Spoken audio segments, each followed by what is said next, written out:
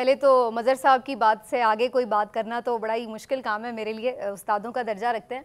لیکن جو آپ نے بات پہلے کی ہے آج کے فیصلے کے حوالے سے، میں اس پہ کامنٹ کر لوں پھر میں بات کرتی ہوں علی امین صاحب کی بات کے اوپر. وہ آپ نے شعر سنا ہوگا پنجابی کا کہ کچھ اونجوی راواں اوکھیاں سن، کچھ گلچ غماں دا توق وی سی، کچھ شہر دے لوگ بھی ظالم سن تے کچھ شانو مرن دا شوق بھی سی. تو وہی والا حال جو ہے وہ پی ٹی آئی کے ساتھ بھی ہوا ہے. اور کچھ واقعی یہ بات اپنی جگہ بالکل درست ہے کہ ایک انوائرمنٹ ہی آپ کو پتہ ہے کہ پورا سسٹم اس وقت آپ کے خلاف ہے اور آپ کو زیادہ اس میں محتاط ہونے کی ضرورت ہوتی ہے. لیکن اس میں اگر آپ اس طرح کے لوپ ہولز خود ہی چھوڑ دیں کہ جس میں وہ کوئی گنجائش نکال لیں تو ظاہر ہے وہ کہاں آپ کے ساتھ کوئی رعایت برتیں گے. لیکن میرا اس کے اوپر آرگومنٹ یہ ہے ہی نہیں کہ یہ ایسا ہونا تھا. اگر یہ بالکل صحیح اگر انہوں نے کیا ہوتا الیکشن تو تب بھی ان سے نشان نہیں چھننا تھا، اور اگر انہوں نے مجلس وحدت المسلمین میں شامل ہو جاتے تو زیادہ بہتر ہوتا، تو پھر ایسا نہ ہوتا. میں یہ سمجھتی ہوں کہ اگر سنی اتحاد کونسل سے اتحاد نہ ہوتا، کسی اور سے ہوتا تو کوئی اور توجہ ہو جاتی. جب طے یہ ہو چکا ہے کہ آپ کو نشان نہیں ملنا. آپ نے پنجابی کا شعر کہا تو وہ پنجابی کی مثال آپ کے مطلب وہ آٹا گننے تھے ہلنے کی. ہاں، جب طے ہو چکا کہ بھائی آپ کو نشان نہیں ملنا، جب طے ہو چکا کہ آپ کو مخصوص نشستیں نہیں ملنی، جب طے ہو چکا کہ آپ کی جیتی ہوئی نشستوں کو بھی آہستہ آہستہ آپ سے چھین کے ادھر دوسری طرف ان کی جھولی میں ڈالتے جانا ہے، تو پھر آپ توجیحات کوئی نہ کوئی نکال لیتے ہیں، پھر آپ قانونی اختراع بھی نکال لیتے ہیں. یہ بیٹ کا نشان تو 13 جنوری کو لیا گیا تھا، لیکن آپ کو یاد ہوگا کہ 6 مہینے پہلے ہی بہت سے خود ساختہ ترجمان پہلے سے اناؤنس کر رہے تھے کہ بلے کا نشان نہیں ہوگا. انہیں کیسے پتا تھا کہ یہ بلے کا نشان نہیں ہوگا؟ اس وقت تو کوئی ابھی انٹرا پارٹی الیکشن کروائے بھی نہیں تھے ایون پی ٹی آئی نے.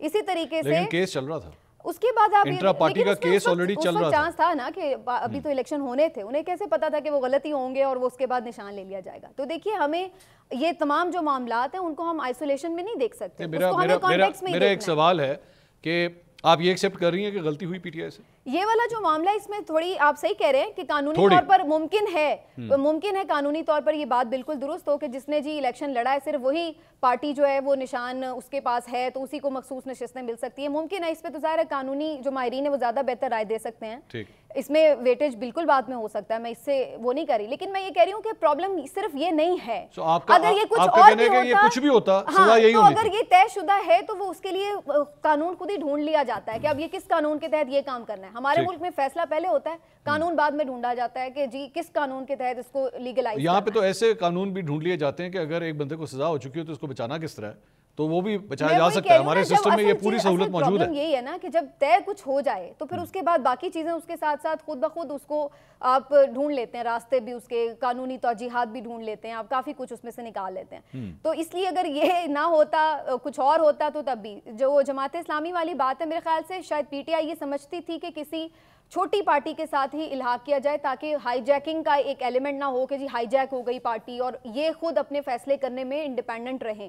تو شاید اس لیے ان کا فیصلہ یہ تھا کہ کسی چھوٹی جماعت جماعت اسلامی کا سٹریچر بڑھا دیا. ہاں ان سے تو بہتر ہے، ان سے تو ظاہر ہے ان کی زیادہ ہی جماعت ہے. یہ تو بالکل انہی کے شروع سے ہی ان کے ساتھ ہی کر رہی ہیں نا جو بھی ان کی سیاست ہے. تو ایک تو یہ چیز ہو گئی. علی امین گنڈا پور صاحب کی جو آپ نے بات کی ہے تو وہ ایسا نہیں تھا کہ وہ منہ اٹھا کے آگے تھے اور اس لیے انہیں آگے سے انہوں نے دروازہ نوک کیا تو کسی نے کہا اچھا جی کون؟ اچھا جی علی امین گنڈا پور آئے ہیں. تو انہوں نے سوچا چلو دروازہ کھول ہی دیتے ہیں آگے. ظاہر ہے کہ کہیں نہ کہیں یہ معاملہ طے ہوئے ہیں تو وہ اٹھ کے آئے ہیں. اور یہ جو بڑی 24 گھنٹے پہلے ایک درخواست آئی تھی الیکشن کمیشن آف پاکستان میں. جی میں وہی بتانے لگی ہوں کہ ایک ظاہر ہے کہ ایک سٹرونگ میسج ادھر گیا ہے.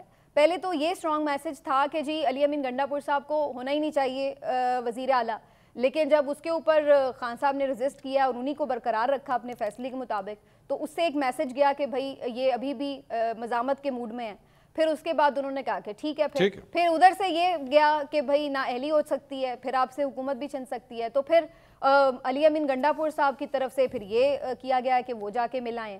تو یہ چیزیں ہیں. لیکن میرے خیال سے میں تو ان تمام چیزوں کے برعکس منصور یہ دیکھ رہی ہوں کہ پتہ نہیں مجھے تو سمہاؤ لگ رہا ہے کہ یہ الیکشن کروا کے ہم نے تو الٹا جمہوریت کو بڑا نقصان پہنچا دیا ہے. اور بالکل ٹوٹل ہماری جو کریڈیبلٹی ہے نا ہمارے پورے سسٹم کی وہ زیرو ہو کر رہ گئی ہے. آنیسٹلی مطلب ابھی میں آپ کو ابھی ہوئی ہے 2024 میں نہیں شروع سے ہی تھی. لیکن پہلے میں ہمیشہ یہ بات کرتی ہوں کہ پہلے چیزیں ہوتی ہیں کہ آپ چلے جی کچھ 2-4 سیٹوں پہ آگے پیچھے کر لیا یہ ہو گیا. وہ بڑی آسان سی مثال ہے کہ پہلے ہوتا یہ تھا کہ دودھ میں پانی ملا دیا جاتا تھا، اس دفعہ پانی میں دودھ ملایا جا رہا ہے. تو اس طرح والی سچویشن جو ہے ہم نے تو کم از کم اپنی زندگی میں پہلی دفعہ اس لیول کی دیکھی ہے. میری زندگی چھوٹی ہے لیکن یہ جو کریڈیبلٹی آپ نے خراب کر دی ہے نا, یہ بڑا جو ہے نا ایک مجھے تو سمہاؤ میں تو ابھی تک اس شوق میں ہوں کہ ابھی آج مجھے اگر آپ کہیں کہ کل فلاں حلقے کی ریکاؤنٹنگ ہو رہی ہے تو مجھے پہلے سے ہی پتا ہوگا لو جی پی ٹی آئی کی ایسیٹ بھی گئی.